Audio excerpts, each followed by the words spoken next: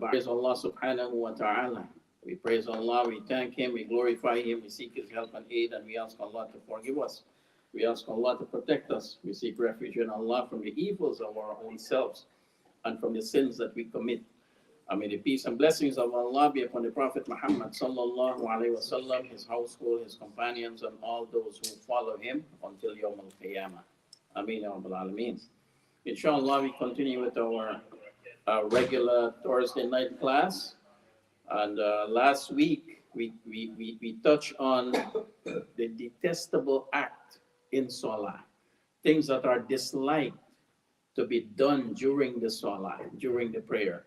Inshallah, tonight we will look at the opposite, the desirable acts, things that are desirable, that are permissible to do in the Salah, which is allowed. So it is an act of sunnah for the one performing the prayer to let no one pass in front of him. So when you're praying, either you pray alone in the masjid somewhere, it is an act of sunnah that you prevent someone from passing in front of you while you're praying. Right? Hadith, related by Imam Muslim, rahimahullah, that the Prophet sallallahu alaihi wasallam said, when any one of you performs the prayer, that he should not let anyone pass in front of him. If he, the passer, refuses to go, refuses to stop, right, then he, the prayer, the one who's praying, should turn him away forcefully by putting your hand in front so that he would not pass in front of you, right? For there is a devil with him, that is, the one who is passing. For there is a devil, so shaitan tries to steal from your salah, right? However, there are always exceptions to this rule. However, if there is an object, like a wall or a concrete object, in front of the one performing the prayer, right, then it is permissible to let others pass behind that sutra, right? Behind the sutra is called a sutra, something that you will place in front of you before you pray. For example, you put a chair in front of you before you pray, so that if you're praying alone, this if you're praying individually, so that no one will walk in front of you. All right? So if someone walks ahead of that, no problem. That's okay. Right? Some people, they don't understand. They think that, oh, no one should walk even in front of the sutra. As long as your sutra, where you will make your sajda, that's where you should put your sutra, just a little bit there so you don't bump your head into it while you go down. All right? So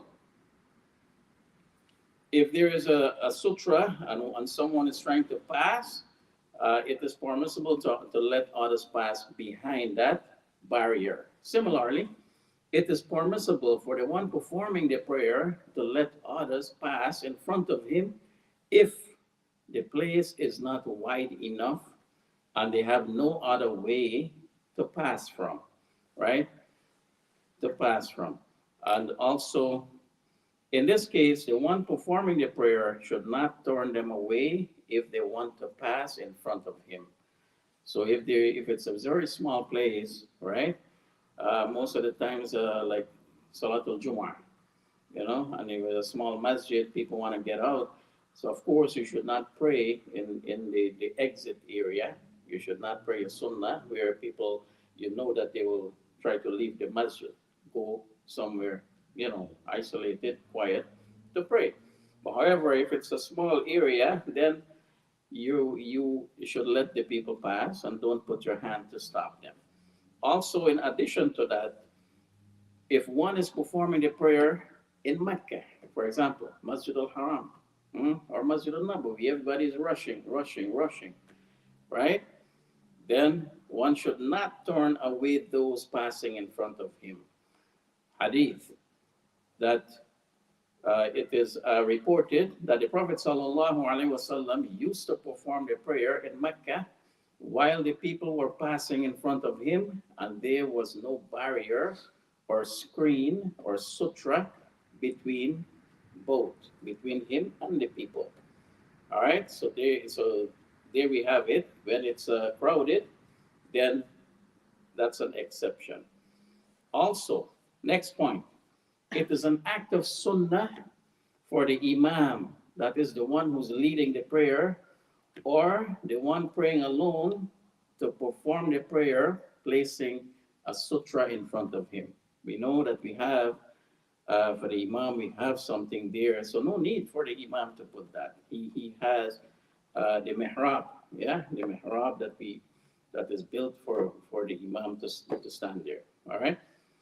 So there is no need for him to place a sutra in front of him, because no one, unless if it's let's say if it's a, an open place, for example, a hall or some open place, and the imam is leading the prayer, he has to put a sutra in front of him so no one will pass in front of him.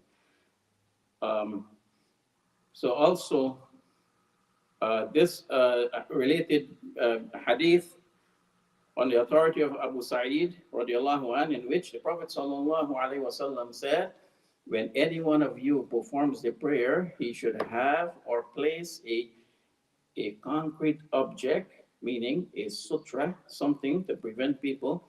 So he should place some object in front of him and keep close to it. All right? So this is something that you might go to a different masjid and see people doing it. It is allowed. It is allowed. Masajids, they have, some masajids you go, they have already ready-made sutra that you place in front of you if you want to pray. All right, next point. As for the one who is being led in prayer, like the followers, they do not need to put any sutra in front of them. All right? The imam is the sutra. So the imam, they do not need to put something in front of them. The imam act as the sutra for the congregation. All right? So it is worth mentioning that it is not obligatory for one to place an object as a screen while performing the prayer behind the imam. Ibn Abbas radiallahu anhuma reported that the Prophet sallallahu alaihi wasallam performed the prayer in an open space without placing an object in front of him as a screen. All right?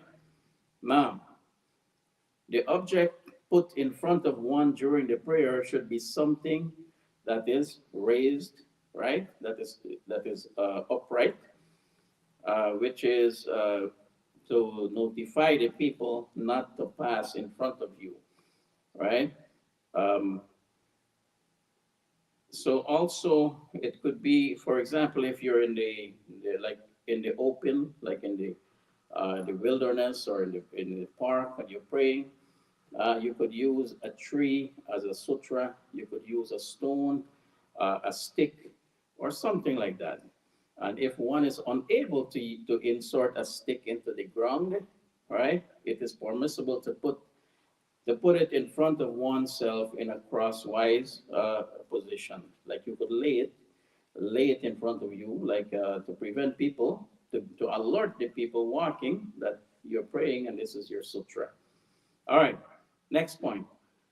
It is permissible for the ones led in prayer to correct the imam publicly, mean audible, right? During the prayer, and if the imam makes a mistake while reciting the Quran as such. Now, how do we do that? So you can, for the men, or if the imam made a mistake and you want to correct the imam, for men, you say Subhanallah, right? You say Subhanallah. Now, women, they don't have to say that. They clap, right? They clap. Hadith.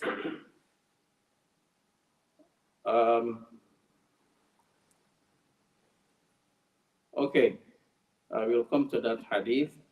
So it is during the prayer, it is also permissible for one to put on a garment as such, or to carry something, or to put it down, or to kill a snake or a scorpion, right? To kill a snake or a scorpion. For the Prophet sallallahu alaihi wasallam said, kill the two black things during the prayer, the snake and the scorpion. Why? Because it is dangerous, right? So it's allowed to do that during the prayer. Hadith reported in Abu Dawood and At-Tirmidhi, and it is Sahih Hadith. Yet, of course, there are always some explanation towards this, that one should not do many of these permissible acts unnecessarily, right? During the Salah. During the Salah, one should not, put on clothing or taking off clothing in the Salah unnecessarily. So if one does such permissible acts excessively, repeatedly, unnecessarily, then one prayer will become invalid. One's prayer becomes invalid, all right? Because of the distraction. You're supposed to have khushu in the prayer. In the salah, you have khushu. So you avoid unnecessary movements, unnecessary things that you will do while you're praying, because you pray, you stand before Allah subhanahu wa ta'ala. All right. Another point, it is permissible for the one engaged in prayer to draw another's attention to something urgent.